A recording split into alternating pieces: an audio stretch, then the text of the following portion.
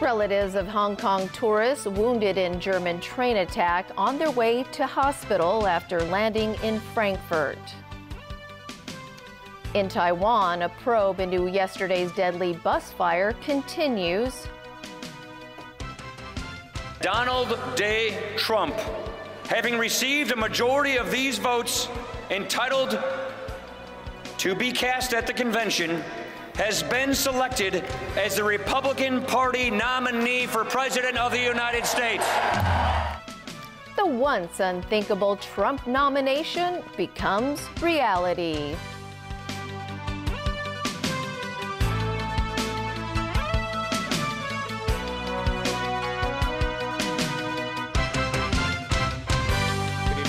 Family of the 4 Hong Kong residents injured in Monday night's knife attack on a German train have arrived at the hospitals where their relatives are being treated. Doctors say the 2 critically injured men have received surgery but are not ready to come home yet. Anne-Marie Sim reports. Relatives of the 4 Hong Kong residents who were attacked on a train by a man with an axe near the Bavarian city of Würzburg arrived in Frankfurt this morning under heavy security. German police ushered them into waiting cars, ready to take them to Würzburg, which is more than 2 hours away from Frankfurt. 4 Hong Kong immigration officers are with them to provide assistance with Chinese consular officials.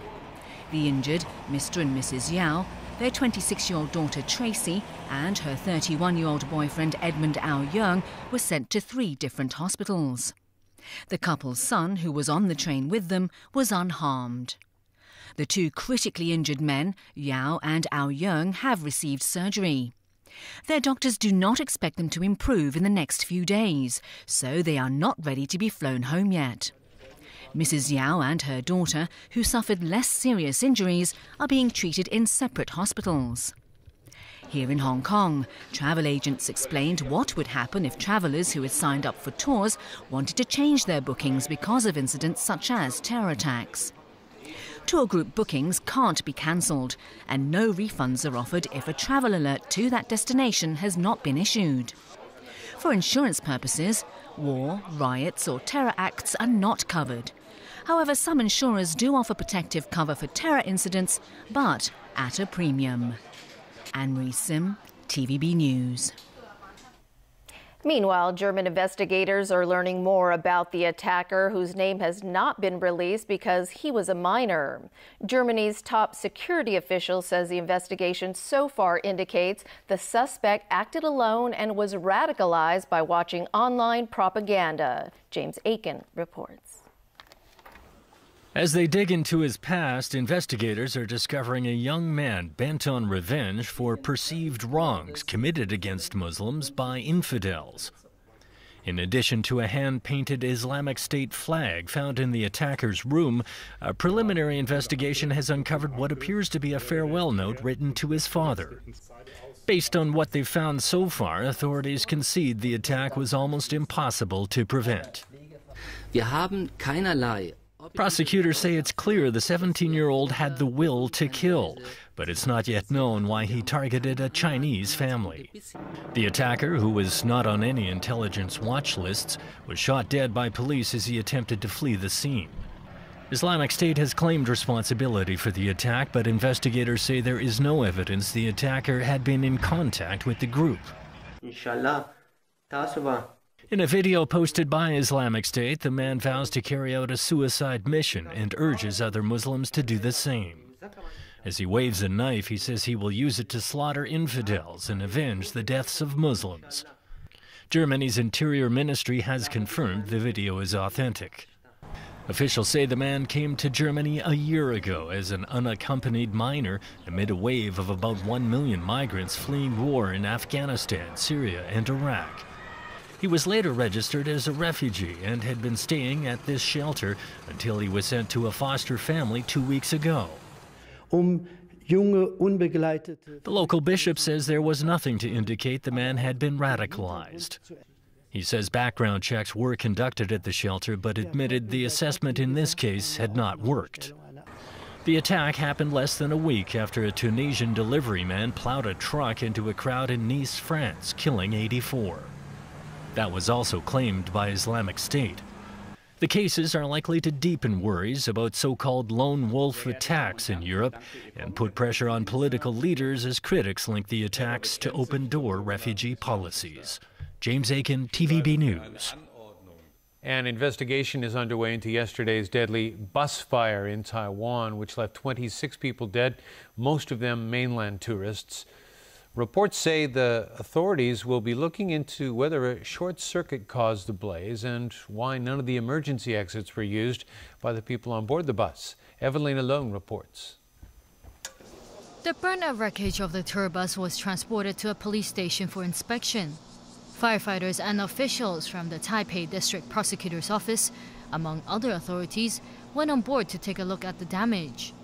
They also compared the vehicle with a normal one. Taiwanese media reported that the fire most likely started behind the driver's seat.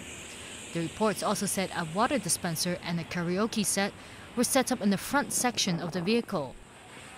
Authorities will be looking into whether a short circuit started the blaze and whether the passengers ran towards the end of the bus to escape from the fire.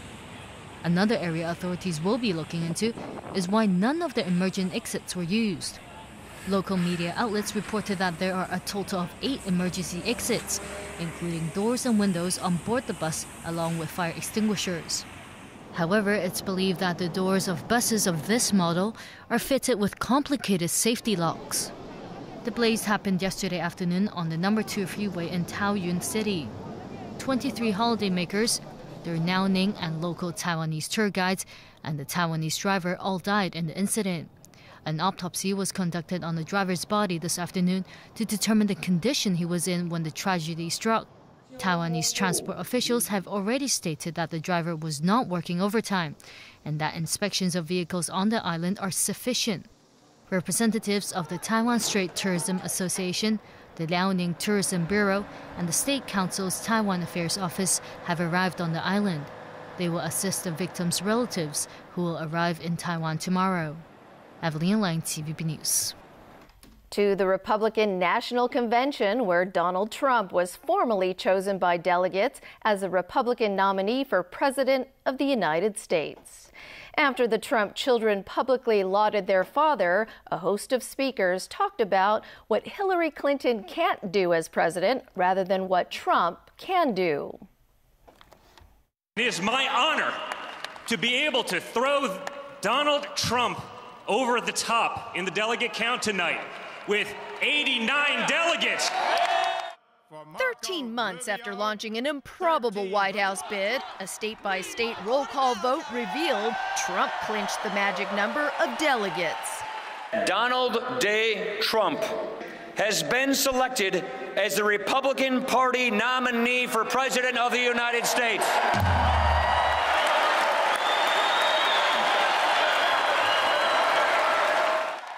Secured his right to run for president with 1,725 delegates, compared with GOP rivals Ted Cruz with 475 and John Kasich with 120.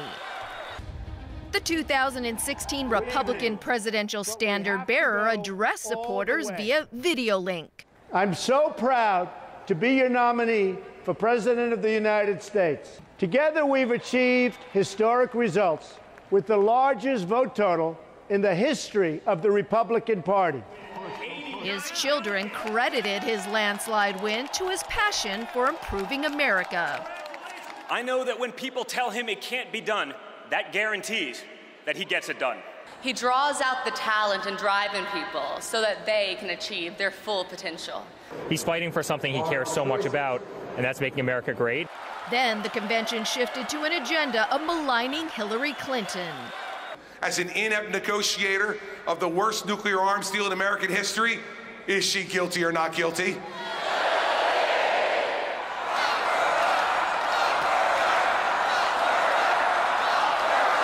No way, Hillary.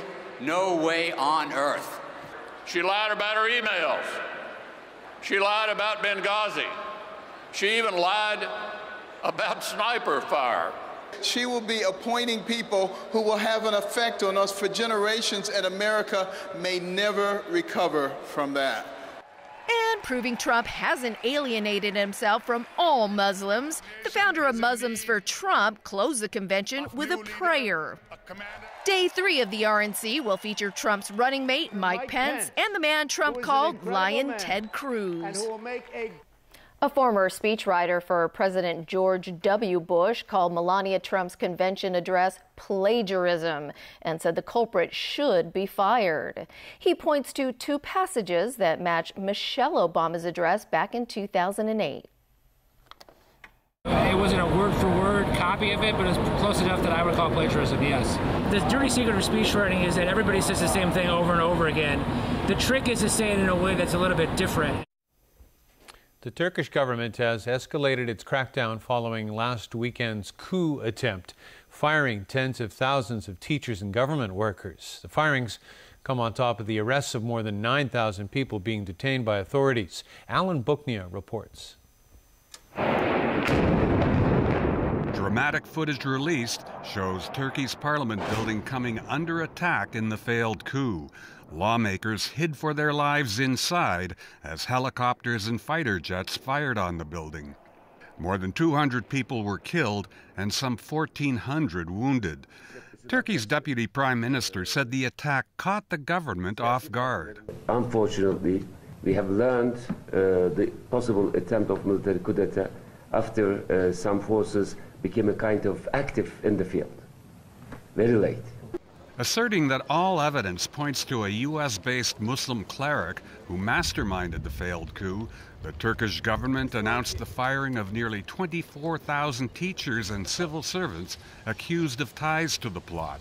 More than 1,500 university professors were asked for their resignations. The move upset some students.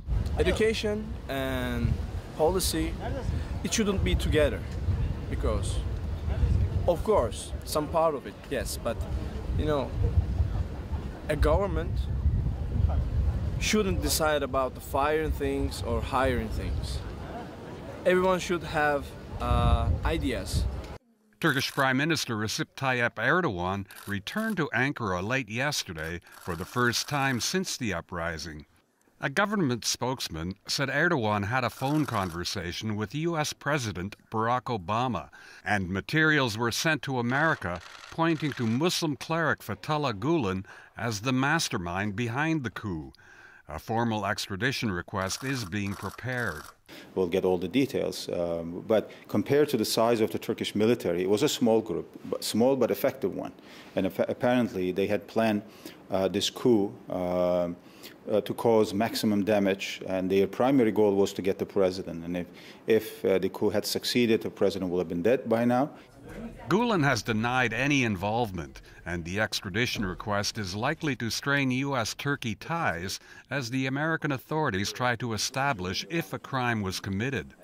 We're still reviewing the materials that were submitted by the Turkish government, and we'll do that consistent with the process that's been established both in U.S. law and in the extradition treaty between the United States and Turkey. Alan Buknia, TVB News. And still ahead in our newscast, a new week-long crackdown on illegal parking begins. Customs officers seize liquid cocaine hidden in dragon fruit. And the opening of the annual Hong Kong Book Fair.